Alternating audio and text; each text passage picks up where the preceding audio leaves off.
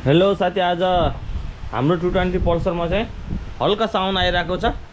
टिक टिक टिक टिकको साउन्ड आइरहेको छ। यसमा कहाँबाट के को साउन्ड आएको छ मैले भिडियोमा हजुर लास्टमा त भन्ने नै छु हैन। यदि भिडियो हेर्दै जानुहुन्छ भने हजुरले त्यो साउन्डको बारेमा पनि थाहा पाउनुहुन्छ।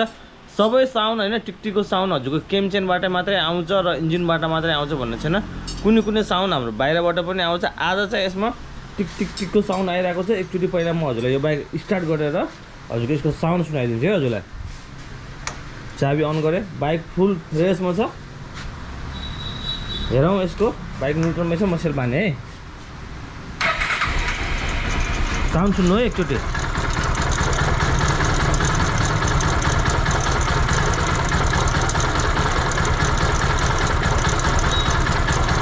साउन्ड सुन्नु है, हल्का ध्यान दिएर। कति कति टिक टिक टिक टिक टिक टिक टिक टिक गरिरहेको छ है।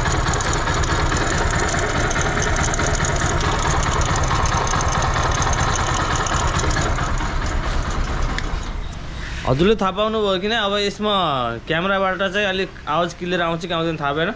यहाँ मैले चाहिँ एकदम क्लियरली सुनिसकेँ। इन्जिन चलाउँदाखेरि टिक टिक टिक टिक टिक टिक गरेर आवाज आइरहेको छ। यसको चाहिँ धेरै साथीहरूले चाहिँ अब यति साउन्ड आयो भन्दैमा हजुरले हाम्रो साथीहरूले चाहिँ केमचेन नै फेरिदिनुहुन्छ हैन। इन्जिन नै खोलेर अब के भयो, पिस्टन गएको कि केमचेन गएको ला भनेर त भनेर चिन्ता गर्नुहुन्छ हैन। आजैसम्म यो बाइकमा यसको समस्या चाहिँ अलिक फरक छ। म हजुरलाई काम गरेर नै देखाउँछु के समस्या हो भनेर है। भिडियो चाहिँ एकदम सर्ट बनाउँछु साथी। पुरै चिज हजुरलाई खोलेर देखाउँदैन, तर जुन चिज बनाउने त्यो चिज चाहिँ अनिवार्य देखाउँछु है। ल भाइ खोल त यसको है। धेरै साथीले आवाज आउने बित्तिकै केमचेनको कि भने इन्जिनको कि भने टाइपीको यति हालेपछि त मेरो टिकटिकको साउन्ड हराइहाल्छ भन्नुहुन्छ। यति साउन्ड हालेपछि त मेरो साउन्ड हराइहाल्छ भनेर सोचिराख्नुहुन्छ। सम्पूर्ण सामान हजुरको सम्पूर्ण टिकटिकको साउन्ड हजुरको केमचेन र टाइपिकबाट इन्जिनबाट मात्रै हामीले सोचेको जस्तो आउँदैन है। त्यो सोचिराख्नु भएको छ भने एकदमै गलत सोचिराख्नु भएको छ। आज चाहिँ हाम्रो टिकटिकको साउन्ड चाहिँ हाम्रो यताबाट आएको छ हैन। म हजुरलाई लाइभ अहिले भिडियोमा देखाइरहेको छु। यसमा हाम्रो 2-3 वटा समस्या देखियो। यसमा मैले खोलेर हेर्दाखेरि हैन, यो हजुरको 1 वे हो। यो पनि हजुरको स्टार्ट गर्ने बेला रिङ्गिन्छ स्टार्ट गर्दाखेरि। जुन हजुरको यो देख्न सक्नुहुन्छ खिया लाग्यो हेर्नुहोस् त है। यसमा हेर्नु त यसमा दाग जस्तो देख्नुपर्छ हल्का। यो ठोकेको डाममा के जुन हाम्रो साउन्ड आउँदाखेरि आउँछ नि ठोकिन्छ नि हो त्यो। प्लस अनि यो हेर्नुहोस् यसको भित्रको छर्राहरू।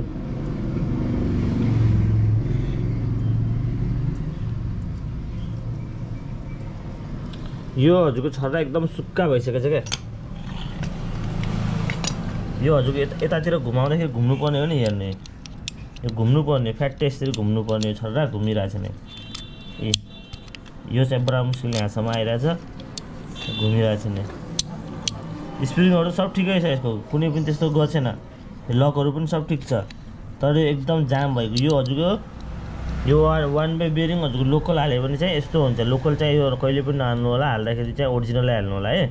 र यसमा मेन समस्या के थियो भनेपछि हाम्रो 2टा समस्या मेन देखियो। एउटा यो चाहिँ एकदम जाम छ हैन। यो जाम भएको कारणले गर्दा बेरिङ पनि रिङ्गेको छैन। अहिले म हजुरलाई रिङ्गाएर देखाउँछु। यो स्मुथली रिङ्गिन्छ। यो रिङ्गेको पनि छैन। अनि प्लस हजुरको यो लक हेर्नु त, यो 1 वे को लक हो। यो लक हेर्नु साथी, यो यति कुच्चे छ हेर्नु त। अब यति कुच्चे छ अनि यो पेले भइहाल्छ भित्र देख्नु भने। यसको लागि चाहिँ मैले साथी नयाँ लक लिएर आएको छु। अब देख्नु त्यो र यो हेर्नु हजुरले यतिकै हेरेरै थाहा पाइन्छ है। भिडियोमा हेरेर थाहा पाइन्छ। यो लक चाहिँ हाम्रो के हुन्छ भनेपछि यसमा बस्छ। यो लकले हजुरको यसलाई डिसब्यालेन्स हुनदेखि बचाउने हो, डिसब्यालेन्स हुन दिने होइन। यो हजुरको यो खाँचा देख्नुपर्छ नि। यो खाँचामा हजुरको ठ्याक्कै यो बस्ने हो क्या। यस्तोले ठ्याक्कै बस्ने होइन। एउटा हल्लिन्न है योवाला चाहिँ। अनि हाम्रो अर्को चाहिँ यो त पहिले सुरुमा कटेको छ है, देख्न सक्नुहुन्छ होइन। यसको चाल हेर्नु त, यसको चाल यस्तो छ बस्दाखेरि नै। चाल हेर्नु है यसको। अब यो खाँचावाला भएको कटेकोवाला म यसलाई यता साइडमा राखिदिन्छु हैन। त्यसपछि हजुरको योवाला मैले उठाएँ बिना खाँचावाला। अब यसको चाल, त्यसको चाल र यसको चाल हेर्नु है। यो बस्ने यसमा हैन। अब यसलाई म हल्लाउँछु दायाँ बायाँ है। इन्ची हल्लेछ रे। यसले गर्दा के हुन्छ भनेपछि हाम्रो यो यसको भित्र बस्दाखेरि चाहिँ अनि स्टार्ट गर्दाखेरि चाहिँ यो हाम्रो हल्लिन पाउँदैन, त्यसरी चाल आउँदैन के यसमा। अनि यसमा इन्जिनमा चाहिँ के हुन्छ भनेपछि हल्का पनि ग्याप 0% 1% पनि हल्का ग्याप भएको अथवा नट लुज भएको भनेपछि इन्जिनमा साउन्ड आउँछ है। मैले भने अब यो मैले नयाँ मगाइसकेँ, अब यसमा मैले यो नयाँ हाल्छु, त्यसपछि मैले यसलाई ग्रिसिङ गरेर अनि फिट गर्छु। त्यसपछि हाम्रो साउन्ड चाहिँ कतिको राम्रो साउन्ड आउँछ एकचोटि हेरौँ है।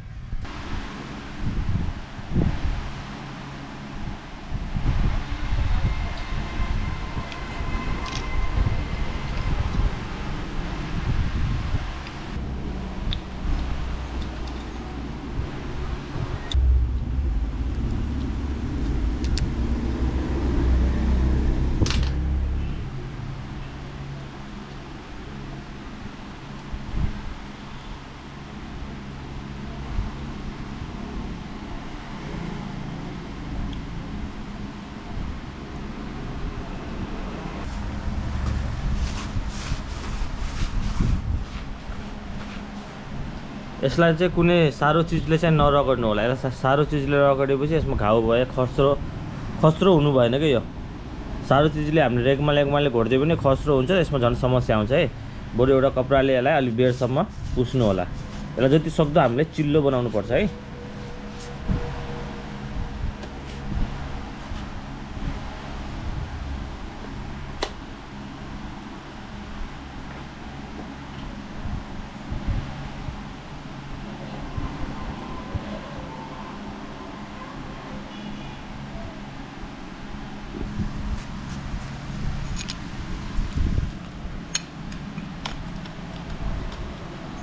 यसलाई बसाउने बेला जहिले पनि यो प्रेस कुकरको ढक्कन जस्तो बस्छ, हाम्रो सिधा बस्दैन। प्रेस कुकरको ढक्कन बसाल्दाखेरि यसो छड्के गरेर बसाल्नुपर्छ नि, हो सेम त्यही प्रोसेस गरेर है यसमा।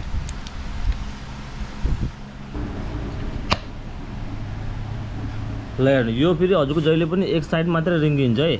जस्तो यो यसलाई हाम्रो 1 वे भन्छ होइन, 1 वे भनेको एक साइड मात्रै रिङ्गिने, यसलाई 1 वे बेरिङ भन्छ। हजुरको यो साइड रिङ्गिन्छ। जुन दिन हजुरको यो साइड पनि रिङ्गिन थाल्छ त्यो दिन हजुरको सेल्फले काम गर्दैन। यो साइड यस्तरी भयो, यो साइड देख्नुभयो नि। हजुरको सेल्फ हान्ने बेला चाहिँ हाम्रो के हुन्छ भनेपछि यस्तरी घुम्छ यो, यसले गर्दा। अनि इन्जिनलाई नै मोटरले यसलाई घुमाउने हो, अनि यसले चाहिँ हजुरको इन्जिनलाई घुमाउँछ। हेर्नु ए देख्नुभयो नि, सेल्फ हान्ने बेला चाहिँ यस्तरी इन्जिन घुमाउँछ, बुझ्नुभयो नि। ए यस्तो बेला चाहिँ हाम्रो घुमिरहेको छैन, रिङ्गिरहेको छैन होइन। यस्तो बेला हाम्रो रिङ्गिरहेको छैन, यस्तो यतातिर गर्नुहुन्छ नि यो रिङ्गिन्छ फेरि।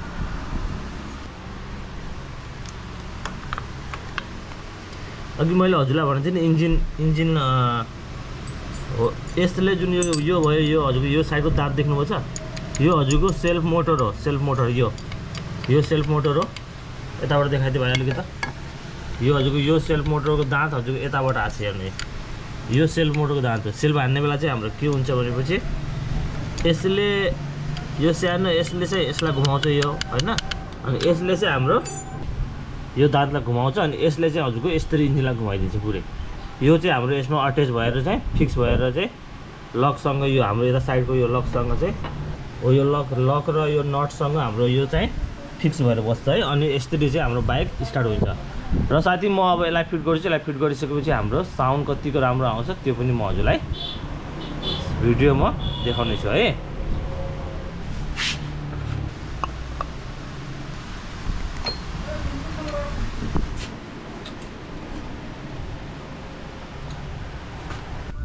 मैले साथी यो बाइक बनाएर रेडी गरिसकेको छु। मैले के हालेँ भिडियोमा हजुरलाई एक चिज देखाइसकेँ होइन। यो सब बनाएर फिट गरिसकेको छु। अब यसको हामी साउन्ड चेक गर्छौँ है। पहिलाको साउन्ड र अहिलेको साउन्ड हामी चेक गर्छौँ। मेरोमा कतिको मिठो र राम्रो साउन्ड आएको छ अहिले हामी चेक गर्छौँ है। र आज चाहिँ म हजुरलाई यो बाइक स्टार्ट गरेर यसको साउन्ड कतिको मिठो आयो भनेर म हजुरलाई भिडियोमा देखाउने छु। र जहिले पनि साथी बाइक बनाउँदाखेरि एउटा दक्ष मेकानिकलाई छानेर सर्भिसिङ सेन्टरमा जानु होला। यो होइन कि मेरो पसलमा आउनु मैले भन्न खोजेँ होइन कि हरेक ठाउँमा हरेक क्षेत्रमा चाहिँ एउटा राम्रो मिस्त्रीहरू पनि भेटिन्छ। र बनाउँदाखेरि जहिले पनि एउटै ठाउँमा बनाउने गर्नु होला है। एउटै ठाउँमा बनाउनु होला, एउटै ठाउँमा, चाहे सोरुममा बनाउनुहोस् चाहे बाहिर बनाउनुहोस्, तर दक्ष मिस्त्रीसँग आउनुहोस् र रेगुलर एउटै ठाउँमा बनाउने गर्नु होला है। यो बाइक म स्टार्ट गरेर देखाउँछु हजुरलाई।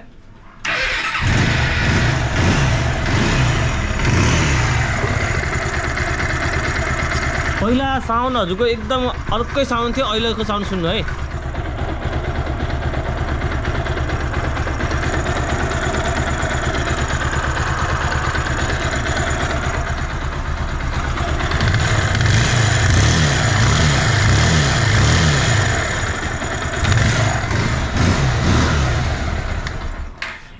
पहिला हजुरको साउन्ड एकदम के थियो शरीरमा हामीले कति दिनसम्म नआयो भने शरीर कति भारी लाग्छ नि त्यस्तै के साउन्ड सुन्दाखेरि नै बाइक चलाउनै मन नलाग्ने त्यस्तो टाइपको साउन्ड थियो अहिले साउन्ड यस्तो मिठो आएको छ सोच्दै नसोचेको साउन्ड एकदम मिठो क्या हामीले सोचेको भन्दा पनि बवाल साउन्ड आएको छ साथी स्टार्ट गरेर यसको साउन्ड पनि सुनाइदिइसके र साथी आजको चाहिँ हाम्रो यो समस्या सल्भ भइसक्यो र साथी यति भन्दै आजको भिडियोबाट छुटिन चाहन्छु र यस्तै बाइक सम्बन्धी नेक्स्ट भिडियो लिएर आउने बाचा गर्दै आजको भिडियोबाट छुटिन चाहन्छु सम्पूर्ण साथीहरूलाई बाई बाई नमस्ते।